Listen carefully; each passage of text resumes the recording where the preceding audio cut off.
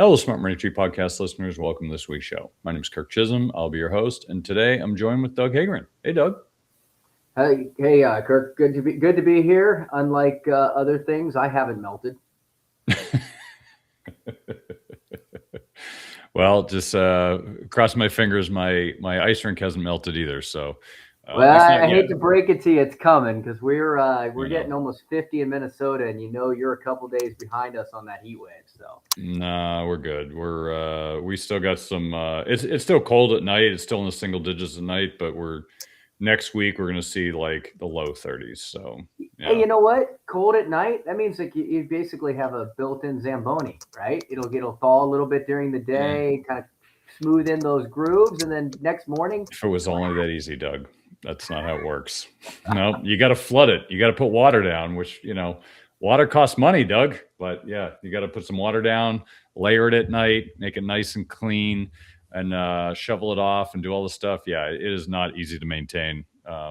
Too much damn work. You just need a pond around here and just shovel it off and play. Yeah, and then the ponds get all messy too. It's tough. This has been a tough winter for the rink, I have to say. I mean, we've had a lot of ice time, but like people have been sick, so we haven't really used it as much as we normally do. But whatever, it is what it is. But anyway, on to more important things. I don't know what to talk about today, Doug. Like nothing's going on in the markets. Like, have you noticed anything? Like, I don't know. Nothing going on. Everything out there is just underwhelming. I feel like maybe a little deflated. I don't know. Got any ideas? Yeah, I think I could probably find a few. Yeah, so last live was on Monday, which we recapped the Friday meltdown of the precious metal sector and end of crypto. Pretty much every day, with exception of today, crypto's melting down. It's kind of getting close to the point where we're like, maybe we can find a bottom soon. I don't know. I'm not sure we're there yet, but I think for sure a lot of people have been liquidated, I think is the term they're used.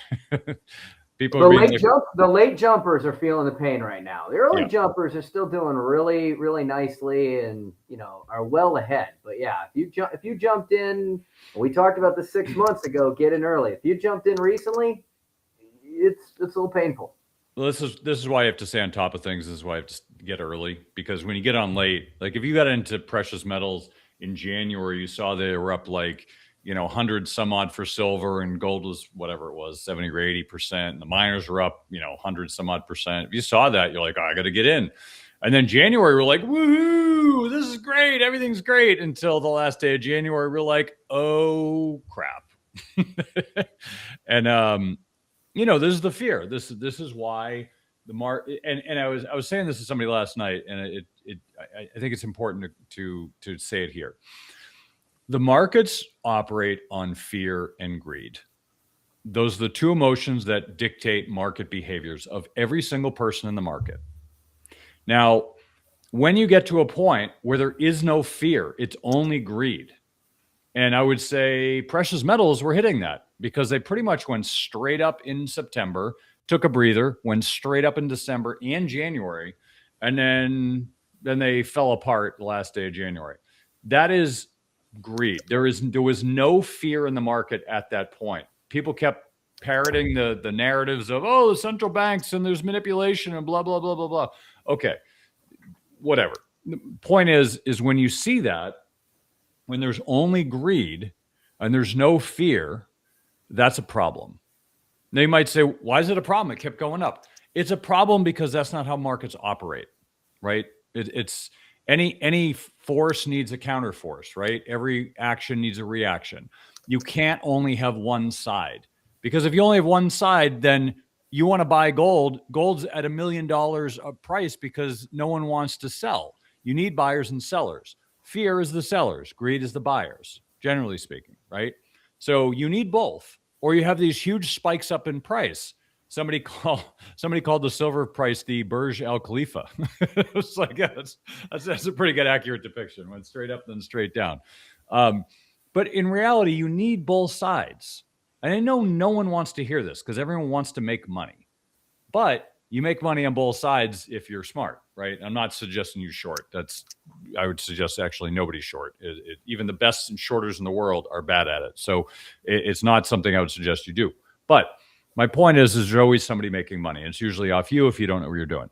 So what you want to understand is if there's way too much greed, you might want to step aside a little bit. If there's way too much fear, maybe you want to wade into the waters, right?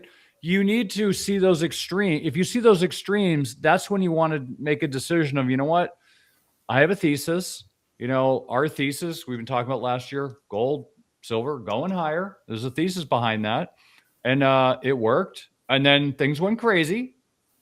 And I was expecting it to some degree, not to that extent, but to some degree, I was expecting some sort of, push up, and then it would have a blow off top, and then it would settle down. Everybody'd leave. It would quiet down, and then people start accumulating again. I expect that. I still expect that. I still think we're in a precious metals bull market. We're just having a very big break. And it could be a year or two before it moves higher again. Just to be clear, I mean, that doesn't mean we're in a bear market. It just means that we had a huge run up and we need to work that off.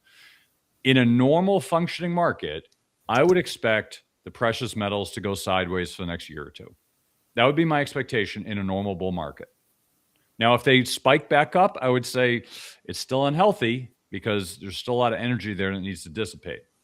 So what you want to see in a healthy market is, and I'll actually use this as an example if I can pull it up here. Let's see if I can find it here. All right, so let's look at crypto. Let's look at Bitcoin. This will be a fun chart. We're going to look at, okay, here we go. Let's look at this. Pull this up. So here is Bitcoin. Okay, this is the weekly chart. Now, if you look at Bitcoin, it went up and then it went down.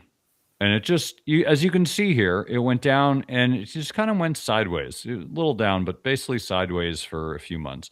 Then it went up, then it went down, and then it stayed down for really better part of a year. And it went up a little bit. It was basically, I call this kind of like sideways. So it kind of went sideways for about a year. Now, if you look at Ethereum, is even better chart. It went up, then it goes down, and it just kind of, it went down and it went up, but it kind of stayed here. So this action right here is what we call burning off the momentum. So you see this, that's a lot of energy and hopium. We like to call it hopium here. Hopium pushes this up. And then people realize we're being stupid, and then the institutions get involved and they start shorting this and they start pushing it down. And then people freak out, and then everybody leaves and they say, I'm never going to do this ever again. And then it starts to go up again, and people get involved, and then the hopium kicks in. So this is a cycle. Crypto is an exaggerated part of this cycle. That's why I'm showing it. But when you see this, this was a good time to get in. Actually, this is a good time to get in. The end of the year, people were selling off because of tax loss selling. I actually looked at this and got in at the end of the year because I looked at it and said, this is cheap. I think the intrinsic value was like 2,400 and it was 1,200. It was like, this is a no-brainer. But, that was a calculation. If I was wrong and it kept going down, I would have just sold out. But it turned out it was right. And I've been wrong before, but this is an example of what you'd look for. You say, all right, it's burned off. End of the year tax loss selling, pushing it down, perfect time to take a position. And then it kind of still went sideways for a while, but then it started to take off. Okay.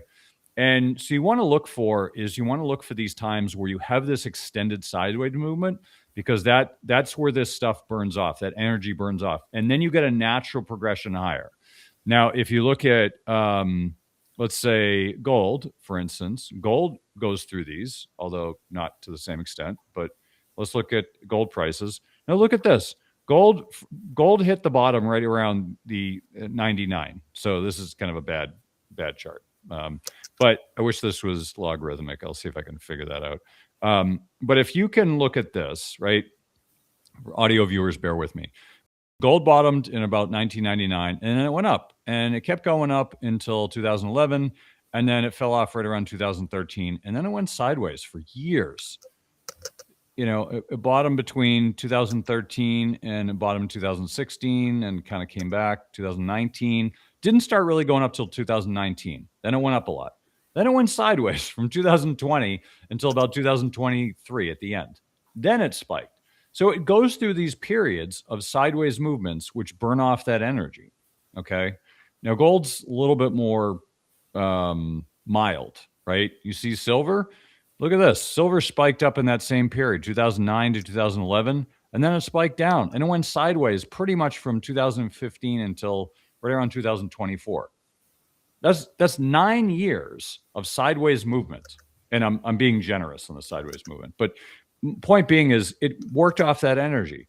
This energy is going to take some time to burn off. Now, fortunately, we're still in a bull market for precious metals. So while it's burning off, it might take a year or two, but if it goes higher after this, I would be very cautious.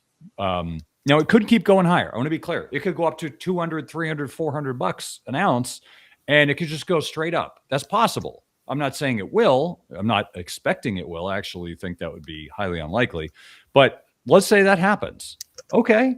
But it's not a healthy move. Things don't just rocket up 400% in a year and then they just flatten out. That doesn't happen. That's just not how markets work, right? Markets are buyers and sellers. So if you don't have that fear, if you don't have that fear in there, then effectively you don't have a healthy market. So what I'm suggesting is the last week has been a tad bit crazy. If you weren't paying attention, don't start paying attention now. That's all I'm going to say. But if you look at the last week, you had tech and crypto, especially software, got obliterated, got just mauled. You got big tech with earnings that came out. Amazon is down 12% for the week. Microsoft was down 11% after earnings. Nvidia's down, Google's down, Meta's down for the week, even though it was up, I think, after earnings, but down for the week. Apple's about the only big tech FANG that's up. And I don't know why it's up because it hasn't increased its earnings or profits in the last 3.5 years. But regardless, if you look at, and I'll bring this up because I think it'd be helpful to share, and then we can just dive into other stuff. So here's the weekly chart heat map, as people call it. So this is what's happened in the last week. Okay. Technology software completely crushed. Software applications crushed. Semiconductors, they're late to the party. They're just starting to get crushed. But if you look at IGV, which is software, I mean, look at this. It peaked out in November, 117. Now it's at 82. It's gotten completely crushed. But if you look at the semiconductors, they're just kind of hanging out. They're not really feeling it yet. But you know what you need to run semiconductors? Software. So, I think the AI bubble seems to be popping. I'm not sure if it is, but it definitely feels like it's starting. But we'll find out later. Palantir came out with earnings, didn't look good. But so my point is, you look at all these tech areas, they don't look good. If you look at the other areas, though, what is doing well? Well, financials did well. I'm not sure I'd stick with them long term, but they did well. If you look at healthcare did great. Healthcare did great. Consumer defensive, consumer staples. Wow, look at consumer staples. They did pretty well. Industrials have been doing well. Industrials are doing great. Energy's been doing well. But look at all these things. These are all doing well. Tech's not. So why are you in tech? That should be the question in your mind. We just had a meltdown in tech. We had a meltdown in software, which is still going on. We had a meltdown in crypto, which we have a reprieve today, but it's I don't see it letting up. We could get a bounce here for sure, but it's gotten crushed in the last week. So you have all these things happening, right? The speculative assets that are getting crushed, and these other assets are doing great. So what's your takeaway? If your takeaway is, yeah, but now tech's cheaper, I can go buy it, then you're missing my point. This is not a buy the dip environment. I know we've had one for the last 20 years. Buy the dip, buy the dip, buy the dip. I get it. That's worked for 20 years. Doesn't mean it's going to continue to work, No, it is not a rule that always happens. You do not always buy the dip. Buying the dip works if you're in a bull market. If you're not in a bull market, you're basically lighting money on fire, because buying the dip turns into a bigger dip.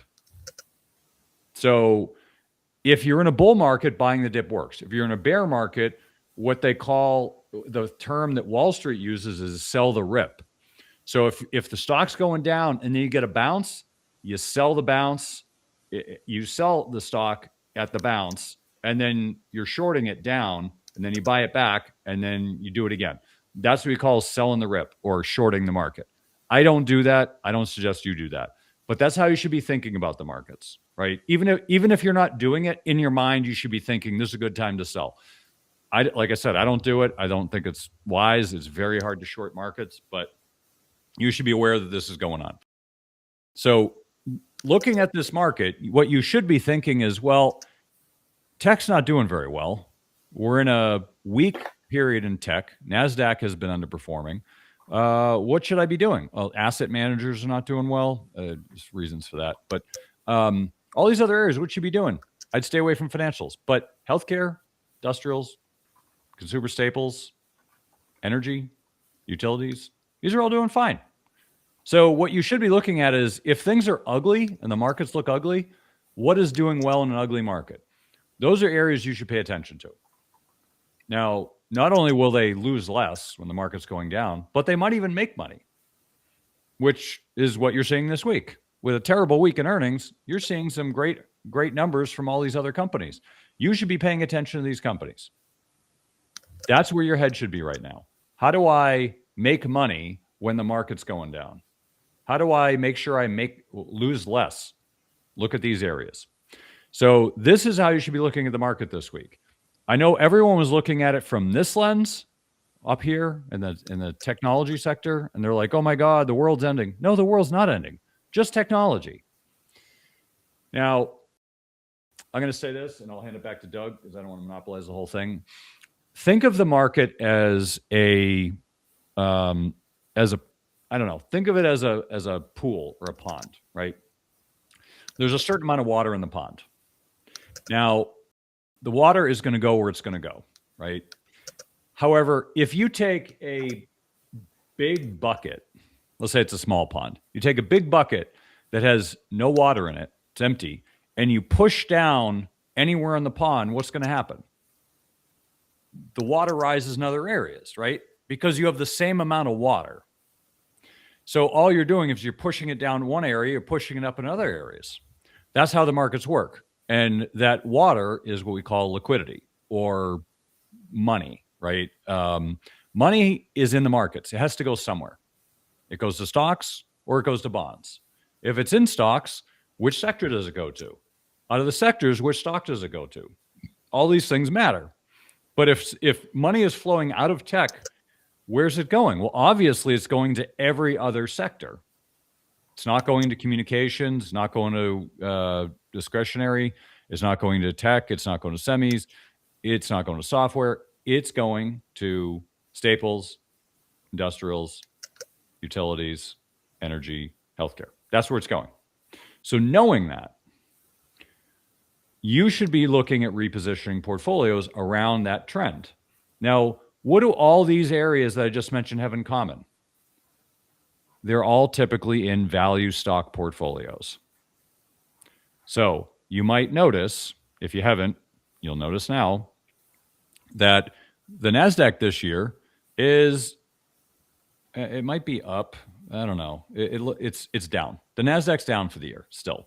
It was down a lot yesterday. It was down like 3%. Now it's down maybe less than 1% for the year. Okay.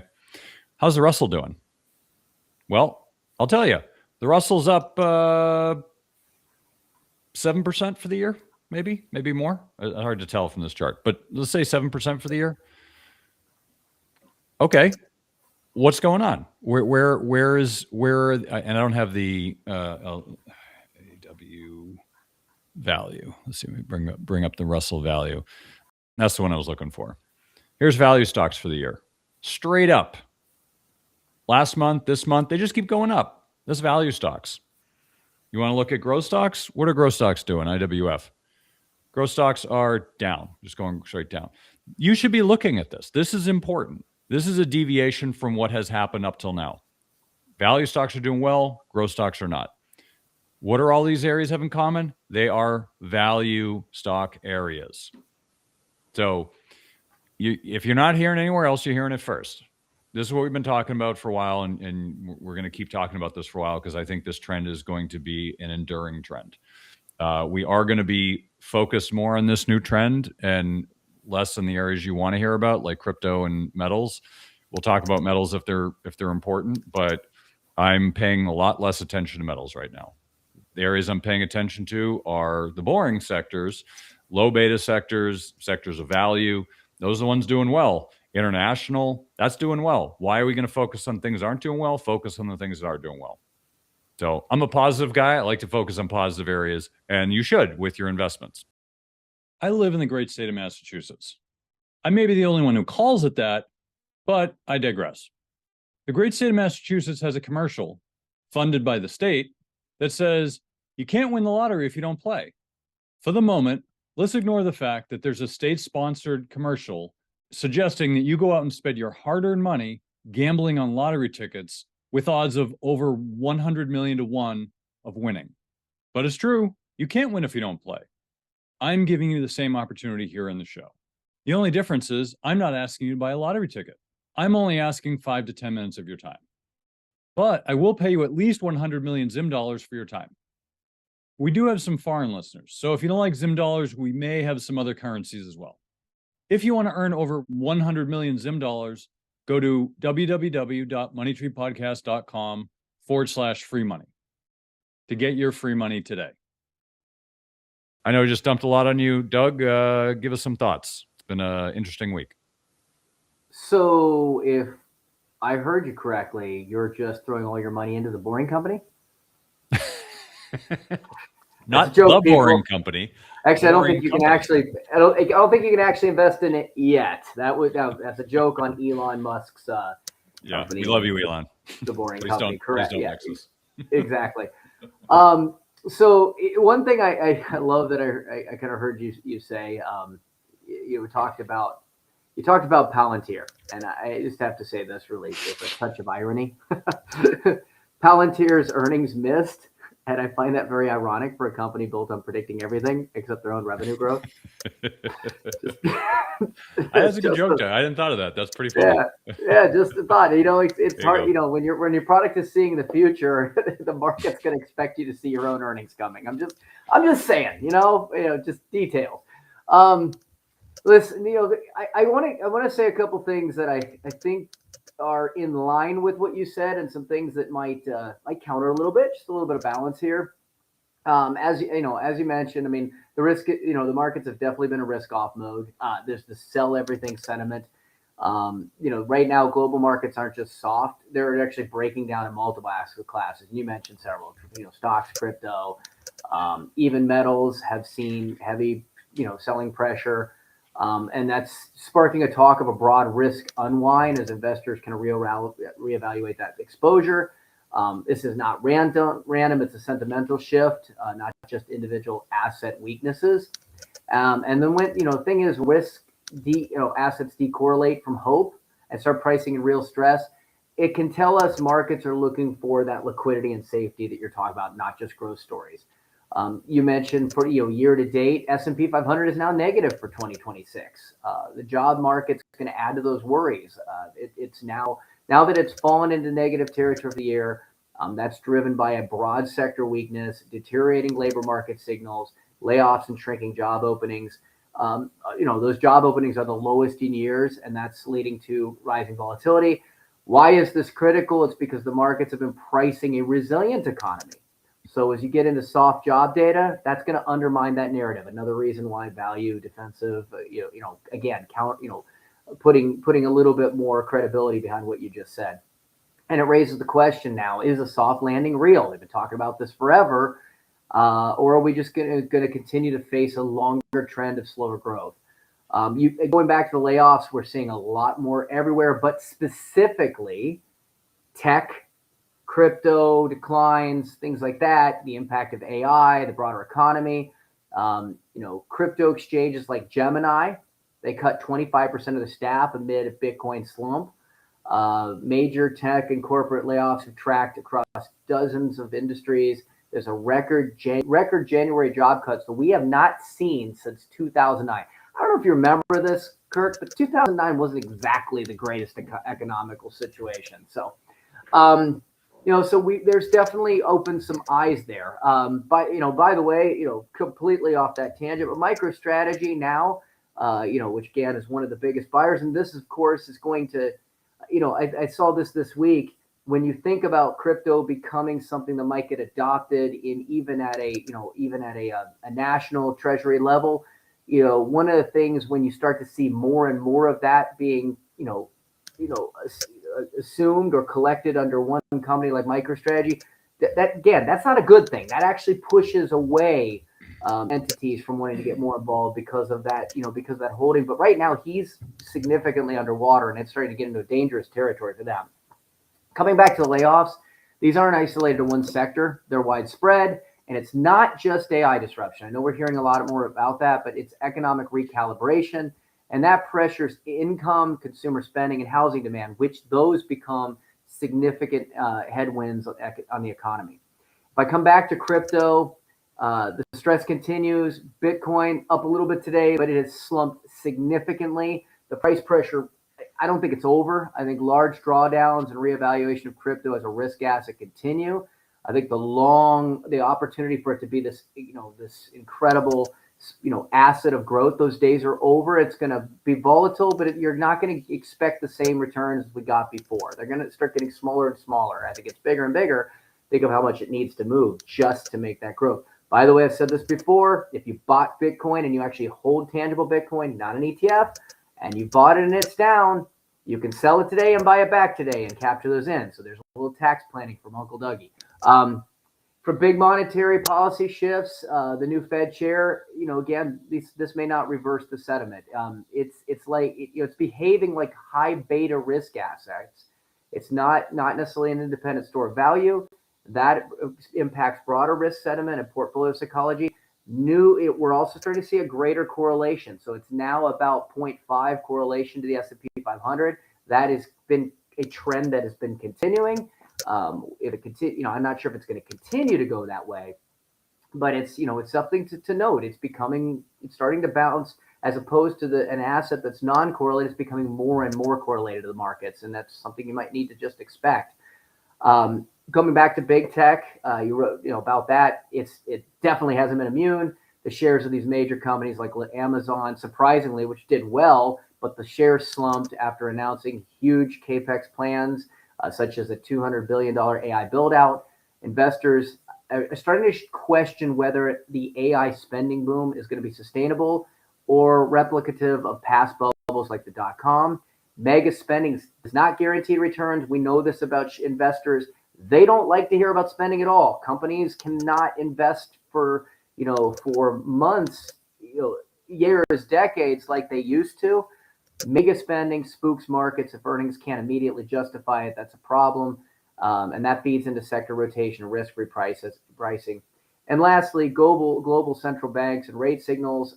Beyond the U.S. Fed, major central banks like the Bank of England have been showing a hesitancy on rate moves with very narrow votes and markets increasingly pricing in future cuts. So if central banks shift to accommodation prematurely, that signals a worry. It's more defensive. It's not offensive policy making. Now, the one thing I do counter is in just a quick summary before I hand that back, from some data that's come out there, from some indicators that I follow and things that I look at from a quantitative trend analysis to move exposure in and out of equities. Yes, the S&P 500 has declined. About 4% over the last week. NASDAQ about 8% down. That's a significant snapback. But despite that, there still seems to be, indicative of a technically positive. And that means in some of these systems, those pullbacks should be viewed more as a potentially viable rather than outright breakdowns. But yet, like Kirk, you're saying, be cautious. And that doesn't mean just jump in. Really know what you're getting into. The volatility index, the VIX, is currently shows to be oversold. That's historically a signal of higher probability of stabilization after short-term risk sell-offs. Yes, Bitcoin almost 40% down in 10 trading days. That behavior is not uncommon for its volatility. So again, if you're going to be into it, we've said this, just be willing to have the stomach to do so. This is not the wonderful guaranteed future of $1 million Bitcoin value that people sell it as. It may get there, but you're going to have to ride some very sharp turbulence on that ride. Gold sharp drop has contributed to stock selling pressure underlying the cross asset stress and how that can feed equity risk behavior. But on a macro front, labor market data such as weekly jobless claims near cycle lows and stronger manufacturing growth still show underlying economic expansion signals, even as these markets wobble. So in summary, I think it reflects that what many systematic trends are still showing is that technical deterioration isn't necessarily a structural breakdown. It's a momentum shift. That's again, be cautious what you jump into, be cautious how quickly you jump into, but so far there doesn't seem to be anything that's indicating that we're going to fall into a massive free fall. So, if anything, we might be hitting a period of stability again. So, if you look to Doug's point, I mean, if you look at kind of what's happened in crypto, for example, this is normal. I know no one likes to think it's normal, but it is. There are certain expectations you should have when you invest in crypto. One is that it can go down 70% and that it could go up a few 100%. People kind of ignore the fact it goes down 70% because they're just like, whatever, I'll just ride it out. No, you won't. You're gonna. I have to say the memes this week on X about crypto have been absolutely hilarious. And we might try to put some up on the website here because they're just hilariously funny. But the reality is like it's a feature of crypto. It's not a bug. It's a feature. Goes down 70, goes up a few 100%. Over time, that volatility should be shrinking. The only reason people invest in it is because of this volatility. Let's be frank. Are people using Bitcoin to exchange for coffee? No, they're not. Yeah, I know there are some crypto, lifers that will do that. I have a friend who does that, but everyone else isn't doing that. Why? Because it's not practical. It's not something we use in our day-to-day basis. We don't have a crypto wallet that we go and buy stuff at the store. It's just not happening. Now, it may happen at some point, but it's not happening now. Why are people buying it? Because they're speculating. They think it's going to go up, or they think it's going to go to the moon, or to the moon, as they say. Okay. So if you understand the cycles of crypto, it's really easy to invest in. I say invest in air quotes or pseudo investing. You wait till it gets crushed. It's down 70%. No one wants any part of it. People don't want to talk about it. The volatility's low. It's just getting ignored. Everyone's like, I'm done with this. When that happens, it's a great time to buy it. And when it starts going up, then you start to accumulate into the position you want. And then you just ride it out. Goes up a few 100%. But you have to wait until the volatility is completely squeezed out of it. Right now, there's a lot of volatility in there. Actually, today, a lot has come out. I was looking at it. I don't have this on my thing I can share, but in one of the things, if you look at volatility yesterday it went up to 90. And in comparison, the VIX, which is the volatility for the S&P 500, went up to 80 during COVID. That is the highest it's been that I'm aware of. Went up to 80 during COVID. It went up to 90. Bitcoin and volatility went up to 90 yesterday. Okay. Before that, it was in the 50s. And today it's back down to it's 58. So you want to wait till the volatility just doesn't exist, because then people are ignoring it and they're not interested in it. People get involved because of the volatility because they can make lots of money in the volatility. Now, you and I don't, because it's not the game we play. But Wall Street, they make tons of money on the volatility. And part of the reason why it goes down so much is because of the volatility. People short it. They say, hey, I can make a lot of money by selling volatility here. I won't get into the weeds of all that because it's a little bit highly complicated. But in general, just understand that when things get crazy, when the volatility picks up, it's a good time to step aside. You don't want to be around for that, because that's when the Wall Street titans start fighting with each other, and you want to be out of that swimming pool when that happens. So anyway, so what I want to point out, I want to kind of go a little bit further down the road I was talking about, and it's this. So I'm going to share some of these with you so we'll be on the same page. All right, so here's a list. I found this from somebody. I thought it was generally a good list with some exceptions. Here's a list of things that were doing well up till the end of January. Small caps, energy, materials, staples, industrials, consumer discretionary, semiconductors, alternative energy, including nuclear, aerospace and defense, spin-offs in space, commodities, especially energies and precious metals, and stocks outside the U.S. What I'm going to highlight is this, because some of these are probably no longer going to be the hot areas. Small caps should be fine. Staples, industrials, consumer staples, not sure if staples, aerospace and defense, seem to go in a lot of wars. Stocks outside the U.S., so international stocks, and nuclear is a question mark because nuclear falls in the metals space. But I think those are the areas that I would be looking at right now, and I am looking at those. I think those areas are going to continue to do well this year. Everything else, it's unclear. We could have a flush in the system where tech goes down like 40% and then pops back. We could have that. I doubt it, but it could happen. But at the moment, everyone else is just like, whatever, we're just buying tech. We're just going to buy the dip. Okay, at some point that stuff's working. But here's something I want to bring up, okay? And I'm bringing it up for a very specific reason, because I was looking at how can we, if I assume tech's going to get crushed and the NASDAQ is largely tech, maybe I should sell the NASDAQ, right? Or short the NASDAQ, okay? And I'm just going through this thought experiment to help you guys understand how to think about things. So I was going to short the NASDAQ. And what I did is I looked at the sectors. How is the NASDAQ split up? Well, it's 63% technology. All right, well, that's a good start. I thought it was more like 80, but okay, 63. Consumer discretionary, it's like 18%. Healthcare is 5%, industrials, okay, it's a lot less. But basically you're looking at technology, consumer discretionary, and healthcare. Okay, well, those are important things.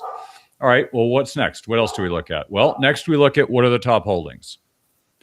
So here are the top holdings of the NASDAQ. NVIDIA, 8.3%, Apple, 8.1%, Microsoft, 5.8%. Okay, Amazon, 4.75%, Meta, just under 4%, Alphabet, combined around 7%, Tesla. Okay.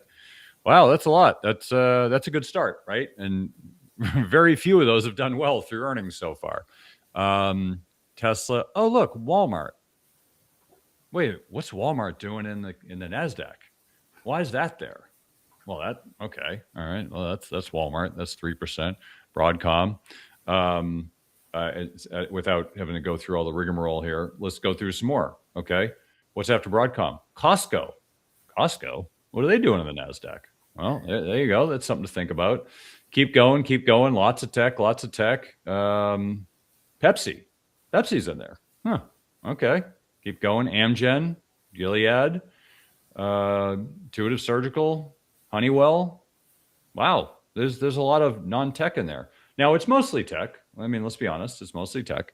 But when you really break it down, as we kind of bring it back to where we were before, like how many holdings are tech and how many are non-tech? Well, I just can't.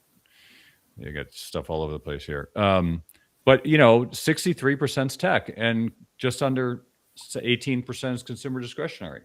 Well, here's the problem. When you think that tech's going down, and it does, and then the NASDAQ is only down a few percent, kind of makes you scratch your head like, what's going on? Why is the NASDAQ not down more? Well, it's because consumer discretionary, that part of the NASDAQ, is actually doing quite well. And so is Apple for some odd reason, and Meta for some odd reason. So when you're thinking of shorting an index, this is the kind of process you have to go through. And I just went through some very superficial part. There's more you'd have to do. But that would be part of the process. Say, wow, this should have done worse. So the Nasdaq at the moment is down. Well, as of yesterday, it was not down further than we were in December. December was lower than we are now, or we were yesterday. What? We had all these bad earnings in December, spiked down worse. How's that possible? So, sometimes when you think you have the right thesis, i.e., shorten the Nasdaq because software has been going down for months, and we figured semis were going to catch up, and they started to. But the reality is, when you look at this, you're like, wait a minute, what's going on? What am I missing? Well, it's because the holdings are aligned in such a way so that even though some things are getting crushed, everything else is holding steady. So the Nasdaq should have been down maybe like 15%, maybe 10. Instead, it's down like 6. So just keep that in mind with your thesis, is that you really have to have a full scope of understanding. Don't just, push buttons and say, oh, it's in the right direction. You have to really sift through like why things are happening, because it actually surprised me. I was very surprised at what I found in this, and I was sure that it was higher tech, and have come to find out it wasn't. But when you look at, and I'm just going to give you a second primer here. Now, if you look at a comparison, this is the Staples index. This would be the XLP. This is if you look at the S&P 500, these are the top staples. Walmart is almost 12% of that index. Costco, 9%. Procter & Gamble, 7.5%. Coca-Cola, 6.25%. Philip Morris, just under 6%. You look at all these top ones, you're like, these have been out of favor for a long time. Imagine for a moment, let's just have a little thought experiment. All the money that's in tech, right? You have 7 stocks that have 30 to 40% of the S&P 500 index. I mean, that's just crazy. 8 stocks, I think, of 40%. So if 8 stocks have 40% of the S&P 500, then those 8 stocks should dictate performance of the indexes quite heavily. Now, let's say tech is dead. Let's hypothetically say tech is dead and it goes nowhere for the next 5 years. Okay. Or let's say it gets crushed and it goes nowhere. Remember the tech bubble bursting? Tech went nowhere for like 15 years. Microsoft in 2014 had gone nowhere. It actually kept getting better and better value because the company kept getting better, but the stock price went nowhere. So when you look at something like that, you're like, all right, what if we have dead money in tech for like 10 years? Where's the money going to go? This is where it's going to go. It's going to go into staples, go into utilities, going to go in industrials, go in healthcare. It's going to go all those boring stocks that we never talk about. And you know what? They're started last year, and it's continuing. So if you're looking for areas to invest in, you should be looking at areas that are doing well when everything else is doing poorly, because that means that the money's flowing there, which means that smarter people than you and I see that the opportunity is to invest in those areas. So that's the simple way to look at these things. And this is just the top 10. This is the top 10. There's a lot more here, but these are the top 10. I would say the top 10 here make up about 20, 30, 40, we'll call it 50%, right around 50%. These top holdings right there of the whole index. So something to keep in mind, something to look at. We're not going to go through all the sectors, but if you're really taking your investing seriously, this is the kind of thing you should be looking at. No, we're not getting too much in the weeds because we don't have the time, but this is how you should be thinking about things right now. You should be looking at what are the opportunities. Don't look at buying the dip. Don't look at, oh wow, Bitcoin's cheap. Let me just buy the dip all the way down. Yeah, you could buy it all the way down to zero. You're going to lose a ton of money. Believe me, I've done it early in my career. I love junior mining stocks. They're like a lit match soaked in kerosene next to a nuclear weapon. Okay, they are next to crypto is the only thing more volatile than junior miners, and I'm not even sure that's true. So early in my career, I bought them all the way down because they were in a bull market, and then they kept going down. I'm like, oh, it's a better value, and they just kept going down. Trust me, don't do that. Okay, you don't want to buy in the dip all the way down. There's a certain point where you stop buying the dip. You want to wait until the volatility comes out and wait till things are flat. We're not there yet for the hot sectors like metals or crypto. I'm not saying crypto's not going to bounce. I just wouldn't touch it. It's just not I would stay away for the moment. I would wait until there's a better risk reward setup. But if you're that person who's sucked into the hype of all the stuff that's cheap, oh, look how cheap it is. It can get cheaper. I got a joke for you. Okay. Never heard this. Doug hasn't heard this. What do you call a stock that's down 90%? What do you think, Doug? A stock that's down 90%. I don't know, Kirk. It's actually a stock that's down 80% and then fell in half. So so do the math, right? A stock that goes from 100 to 10, if the stock goes down to 20, if you lose 50% from 20, it goes to 10. So from 80 to 10 is a 50% loss, or 80 to 90 is a 50% loss. It can keep going. That's my point. When you do the math, you realize how quickly you lose money on the downside. Don't do that. It is very easy to do, especially if you're a value investor like myself. If you want to buy the dip, you want to buy stuff cheap, it's really easy to get sucked into that. You have to, contain your urges to buy something just because the price is lower. I'm not saying it's not a good idea to buy stuff when it's lower. I'm just saying you got to be careful. So I would rather buy things that are going up than things that are going down. Things are going up or getting better. Things are going down or getting worse. So in this market, you got to look for things that are doing well. Where's the money flowing? In the boring stocks. It's flown away from tech. So you should be focused on the boring stuff because that is what's doing well. Now, we'll get into that more this year because I think the trend's going to continue and I think it's going to go a lot further and people expect. So consider yourself early. Last year was really early. You're still early. People aren't talking about this yet, but they will. Trust us. We'll be talking about it all year. And by September, people are like, oh my God, look at this. It's doing well. I'm like, yeah, we've been in it all year. So you're hearing it first or second if you heard it somewhere else, but you're definitely in the early side. So I would be very closely paying attention to these sectors and do your homework, look around, find, low risk areas, low risk ways to get involved. But that's what we're doing right now. I'll tell you, we're seeing a ton of opportunities. So what are your thoughts, Doug? Well, I think two things. First of all, I think a really good example of what you're saying regarding safe, getting away from tech, getting into safety in the last couple of weeks is a good example is waste management, right? This is a stock, and I'm not telling any people to jump into it or anything, but just comparison for correlation. Boring, Doug. It's boring It stuff. is boring. It is absolutely boring. It is the correlation between waste management and the NASDAQ is extremely low. A 1 means they're exactly the same. The correlation between these two is 0.25 to 0.45. And waste management tends to rise in market stress and fall during normal conditions. And ultimately, what does it provide? Essential services, regulated pricing, contractual cash flows, volume tied to population-based economic activity. What is the NASDAQ? Although there are some weird ones in there, as you noted, that don't reflect because everybody thinks NASDAQ's just tech. And so, it's funny to see that in the index is very surprising. Now, you'll see that in mutual funds a lot where a manager will throw something that's out of left field that has nothing to do with its core benchmark because they're trying to pad their returns or reduce volatility. And that's when one of the ways you could, if anybody's still in mutual funds, which, there still is a lot of volume there. That is one way you'll see kind of a questionable manager is how true they are staying to the asset class.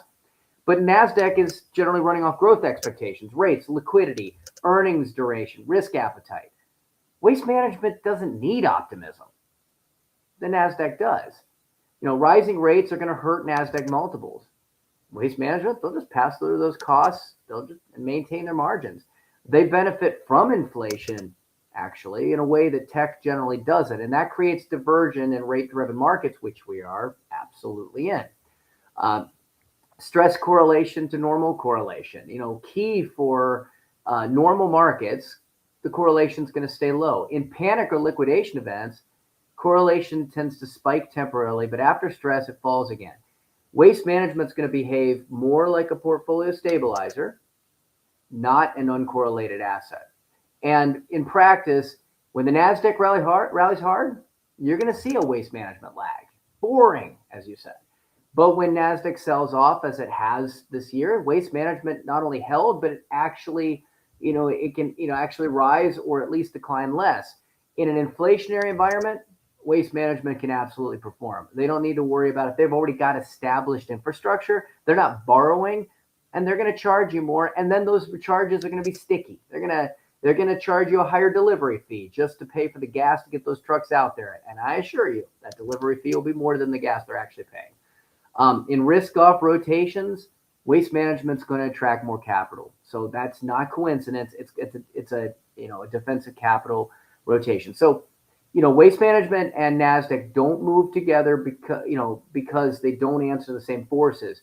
And that's what we're talking about here. That low correlation is exactly why defensive cash flow assets are going to matter more when markets rotate. The other thing I want to talk about a little bit is thinking in the aspect of January effect, because we just came out of January, and it's historically a market anomaly where often small cap and beaten down stocks have tended to outperform because you get tax loss selling that has run its course at the end of the year. You get portfolio manager rebalance, and you get investors rotating back into risk after year-end outflows. It's a statistical anomaly. It's not a guaranteed anomaly. Now let's talk about 2026. Has it happened this year? Well, we saw some broad market declines happen in January. We saw many risk assets correct rather than ripping higher. And we saw small caps lag, large caps. And then we saw this precious metal sell-off. That is not the classic January effect script. In fact, the markets so far have behaved more like a mean reversion, a risk repricing, than a seasonal inflow. And so these recent sell-offs are pushing volatility higher. Small caps haven't caught up. Breadth remains weak. So from an annual kind of, again, looking at ways to look at the market, January effect did not show up strongly this year in its usual way. So what does that mean for the full year outlook? Seasonal patterns are going to be less reliable now. In a high volatility regime shift market, inflation noise, rate uncertainty, geopolitical tension, and policy shifts, seasonal effects can often be overwhelmed by macro drivers. If anything, the January weakness could set up a counter seasonal behavior. So when we saw that weakness in January, some years have actually seen stronger returns later in the year as fundamental drivers reassert themselves once technical oversold conditions resolve. But listen, do not assume a payoff just because the January was soft. Seasonal statistics are statistical tendencies. Nothing we talk about is rules. And in 2026, macro and liquid conditions look like they're going to matter more. You got to look at inflation expectations. You're going to have to look at rate policy with this new Fed chair dynamics. You're going to have to look at the breadth and risk appetite and look beyond America into global economic data. Those forces are going to outweigh a typical seasonal momentum. Let's look at that from a bullish standpoint. For the rest of the year, weak January could be a setup for rotation if economic data stabilizes, institutional rotation into value, as you mentioned, or financials, although caution, small caps if risk pricing improved. By the way, I want to come back to the financials. One of the reasons to stay caution, financial organizations as a whole are still facing major headwinds, both in terms of interest rate issues, but also self-imposed because of some of their terrible decision-making on asset acquisition. And a lot of, especially major banks, for example, and even insurance companies, as you're facing hurricanes and a lot of other issues that have led to some losses in property and casualty, those remain headwinds on the financial side of things. And inflation data surprises to the downside, while real earnings stay resilient. Those are bullish cases. Now coming back to bearish cases for the rest of the year. Risk repricing could continue from January into Q2 and even into Q3. Breadth fails to improve. That means leadership remains concentrated, and continued policy uncertainty. You've got the Fed, you've got midterms coming up, you got fiscal deficits. That's going to keep volatility potentially elevated. Most likely, I see markets chop and they start to digest January weakness. I see sector rotation replacing uniform gain like you do, and then sentiment remains fragile with bursts of strength. So let's not get rid of, let's not go into this with a view of imminent crash, but let's also not go into this with a view that we're going to get boom. I think there's too much regime uncertainty out there right now. Yeah. No, I think that's good sentiments. Let's, in the interest of time here, let's wrap it up, Doug. Where can people find about you? Listen, as we take a look at what's going on with everything out there, and we start to really get a view of all of the uncertainty that's at play, and we start to get into a situation of an additional impactful type of rotation where you have to really be wise and think about the things that you're holding. I think now is going to be a time to, the message is really consistent. This is not a market for rigid, passive thinking. We're in a rotational environment. Red charts don't automatically mean panic. Green signals aren't going to tell you it's all clear. What it tells us is that structure is going to matter more than conviction, and asset rotation is going to beat set it and forget it when these regimes change. Where does that come back to you personally? Well, that's why income planning for your future, for retirement, for goal, for distribution, especially as we're starting to see again more homeowners. The average age, 14% of homes are owned by people over the age of 75. People are aging in America. We're not Japan, but we've got Gen X coming on the cusp of starting to turn from accumulation to distribution. Income planning, thinking about how you're going to get that back out and how it's going to be supplemented. That needs guardrails. When trends weaken, income money needs to stay conservative. Growth capital, you're going to need to stay flexible. And money tied to real obligations like college or near-term spending, that cannot be left exposed to bad timing. If you're an affluent family, especially, the complexity is now your risk. Families that struggle aren't going to be underinvested. It's going to be misalignment. They're not going to necessarily have a picture of how assets they've accumulated or income that they're trying to take or taxes that they'll pay, embedded or realized now, college funding, protection, all that fits together. Who's going to win? Those with clarity. So before chasing returns or reacting to headlines, it's critical you begin to see the full picture. What each dollar is supposed to do, what can rotate, what must be protected, and that's how you're going to make smart decisions in volatile markets without guessing. So if today's conversation between Kirk and I felt familiar, that's your signal. Visit mergentadvisors.net. That's my website, MERGENT, mergentadvisors.net. Once again, MERGENT, to learn how to map it out, stress test it, and build a plan that's going to hold up whether these markets correct, inflation lingers, or policy shifts again. Because markets, they're always going to rotate, but the noise is going to fade. And the plans with clarity and guardrails, they will be the ones that endure. Awesome. Well, thanks for coming on, Doug. That's the show for this week. Thank you again for joining us on Money Tree Investing Podcast. My name's Kirk Chisholm, Wealth Manager of Innovative Advisor Group. We don't just manage your wealth, we make your life better. You can find more about me at innovativewealth.com. And of course, you can find me every week here on this show. You can also check out our show at Money Tree Investing Podcast. On our website, you'll have access to the show notes, resources, and the archive shows. Please remember to subscribe on our YouTube channel for immediate access to the new shows when they're released. When you subscribe to the show, it allows us to get access to some of the top minds of investing in personal finance. While you're here, please leave a comment and question if you want us to address it on the show. Have a great week ahead, and remember, no one will care about your money like you do, so invest in your life.